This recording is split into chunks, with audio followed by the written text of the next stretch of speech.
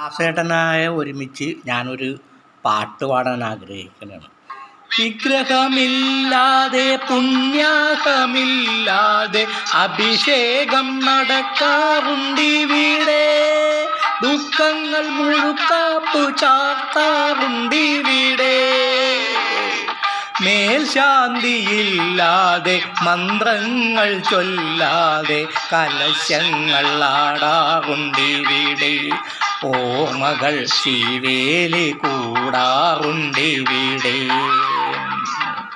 നടപ്പന്തലില്ലാത്ത ഇടപ്പഴിയില്ലാത്ത പഴയ ഗുഹാക്ഷേത്രം, മാനവഹൃദയം ദേവാലയം.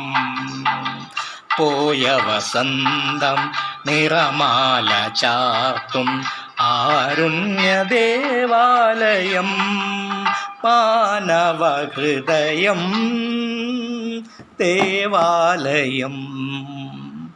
അപ്പോൾ നമ്മളുടെ ഹൃദയമാണ് ദേവാലയം എന്നുള്ളതാണ്.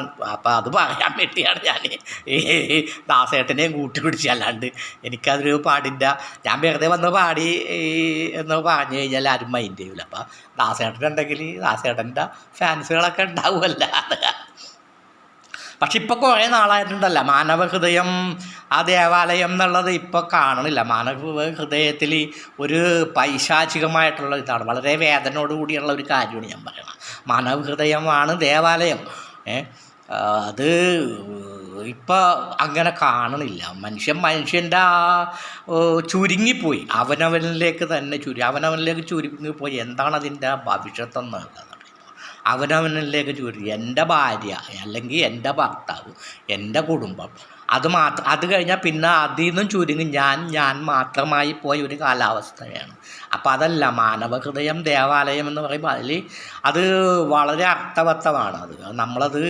നമ്മുടെ ഹൃദയത്തിലാണ്, അത് ദേവാലയമാണ് നമ്മുടെ ഹൃദയം. അപ്പം ഹൃദയം തുറന്ന് എല്ലാവരെയും സ്നേഹിക്കുക, അതുപോലെ നല്ല കാര്യങ്ങളൊക്കെ ചെയ്യുക. ദേവാലയം ഹൃദയമാണ്. അല്ലാണ്ട് നിങ്ങൾ ഈ പോയി അമ്പലങ്ങളിൽ അവിടേക്കൊന്നും ആരുമില്ല. അവിടെ നമ്മൾ ഈ മറ്റേ വെള്ളപ്പൊക്കൊക്കെ വന്നപ്പോൾ കണ്ടതല്ലേ, അവിടെയൊന്നും ആരുമില്ല. സത്യമായിട്ടും അവിടെയൊക്കെ ആരുമില്ല. നമ്മുടെ ഹൃദയമാണ് ദേവാലയം. പരിശുദ്ധമായിട്ട് നമ്മുടെ ഹൃദയം, നമ്മുടെ പ്രവൃത്തി അതൊക്കെ തന്നെ. ഇപ്പം ഇനിയിപ്പോൾ അങ്ങനെ ഉണ്ടെന്ന് വെച്ചോ, പക്ഷേ എന്നാലും ഇപ്പോൾ നമ്മൾ പറയണ പോലെ ഇങ്ങനെ ഇപ്പോൾ ഈ ആൾക്കാർ പറയണ ഒരാളുണ്ട്, എന്നാലും നമ്മൾ നല്ല ജീവിതം മറ്റുള്ളവർക്ക് വേണ്ടിയൊക്കെ നല്ലതായിട്ട് ജീവിച്ചു കഴിഞ്ഞാൽ അങ്ങനെയുള്ള ഒരു ദൈവം നമ്മുടെ കൂടെ ഉണ്ടാവൂലേ? അതുണ്ടാകും, തീർച്ചയായിട്ടും അതുണ്ടാകും. അപ്പം അത് നമ്മൾ ഹൃദയമാണ് ദേവാലയം. അല്ലാണ്ട് അമ്പലവും പള്ളിയും അതൊക്കെ വെറുതെ തട്ടിപ്പാണ്. എൻ്റെ കാശിന് വേണ്ടി. കാശില്ലാണ്ട് നിങ്ങൾ എവിടെയെങ്കിലും ചെന്ന് നോക്ക്, കാശില്ലാണ്ട് ഒന്ന് ചെന്നാൽ എന്തായിരിക്കും? കാശിന് വേണ്ടിയുള്ള ഇത് മാത്രമുള്ളത്. അപ്പോൾ നമ്മുടെ ഹൃദയം ദേവാലയം. ഇത് പറയാൻ വേണ്ടിയാണ് ഞാൻ ആ പാട്ടും, എനിക്ക് ആ കഴിവുണ്ടായിട്ടൊന്നുമല്ല ഈ 10-60 വയസ്സിലൊക്കെ ചെയ്യണത്. അപ്പോൾ ഓക്കെ, ഇനി തെറ്റാണെങ്കിൽ ക്ഷമിക്കുക, അല്ല അത്ര പറയാനുള്ളു. കുഞ്ഞുങ്ങൾ ഇത് നല്ല ഒരു ഇതൊക്കെ ആയിട്ട് നമ്മുടെ അടുത്ത തലമുറ നല്ല ഞാൻ പറയണതിൻ്റെയൊക്കെ ഇപ്പോൾ കൂടുതലൊന്നൊക്കെ ഞാനിത് നിർത്തി എന്നൊക്കെ പറഞ്ഞ ഒരു ഇത് ഉണ്ടായിരുന്നു. അപ്പം ഇന്ന് ഉച്ചക്കാണ് ഒരാൾ എന്നോട് പറയണത്, ചേട്ടൻ അത് നിർത്തണത് ശരിയല്ല, ചേട്ടനത് പറയണം, ഇങ്ങനെ അന്ധവിശ്വാസം അനാചാരത്തിനെതിരെയൊക്കെ ചേട്ടൻ പറയണം എന്നൊക്കെ പറഞ്ഞ് കൊണ്ടേ. പക്ഷേ അപ്പം ഇനിയിപ്പോൾ അധികമൊന്നും എനിക്കിപ്പോൾ ഇതിനെ പറ്റിയൊക്കെ ഒന്നും പറയും. ഇനിയിപ്പോൾ നിങ്ങളാണ് ഇതൊക്കെ ഏറ്റെടുക്കേണ്ടത്.